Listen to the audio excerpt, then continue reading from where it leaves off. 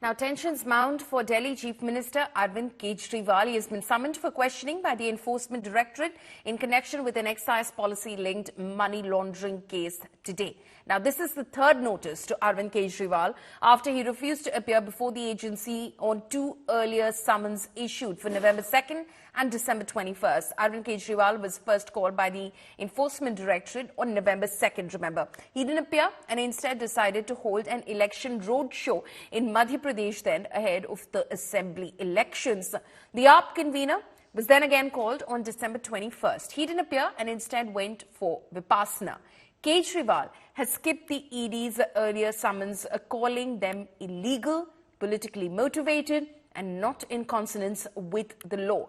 Earlier, AAP Member of Parliament Sanjay Singh was arrested in connection with the alleged liquor scam in Delhi, the same in which Manish Sisodia, the former Deputy Chief Minister, has been in jail for since February.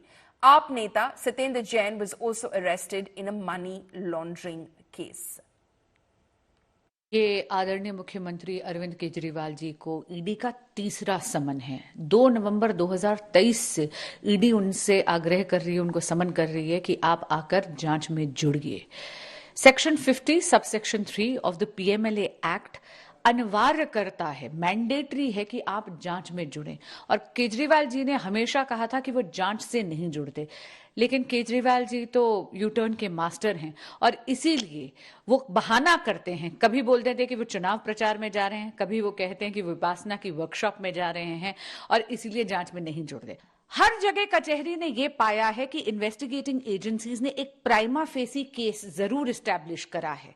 ऐसे में केजरीवाल जी को तो जरूर जांच में जुड़ना चाहिए, लेकिन ऐसा लगता है जैसे उन्हें फर्क ही नहीं पड़ता कि उनके साथी नेता जेल में हैं, जब तक वो बाहर हैं उन्हें कोई फर्क नहीं पड़ता। ईडी का तो यही काम है कि विपक्ष के नेताओं पे नोटिस जारी करता रहे। इस पे क्या सही है क्या गलत ये तो केजरीवाल जी बताएंगे, लेकिन देश के अंदर ईडी का, सीबीआई का गलत इस्तेमाल ये सरकार लगातार कर रही है। 22 जनवरी को प्राण प्रतिष्ठा अयोध्या में, लेकिन उससे पूर्व देश के अलग अलग राज्यों में ये इन तीनों एजेंसीज को काम पकड़ा चुके हैं।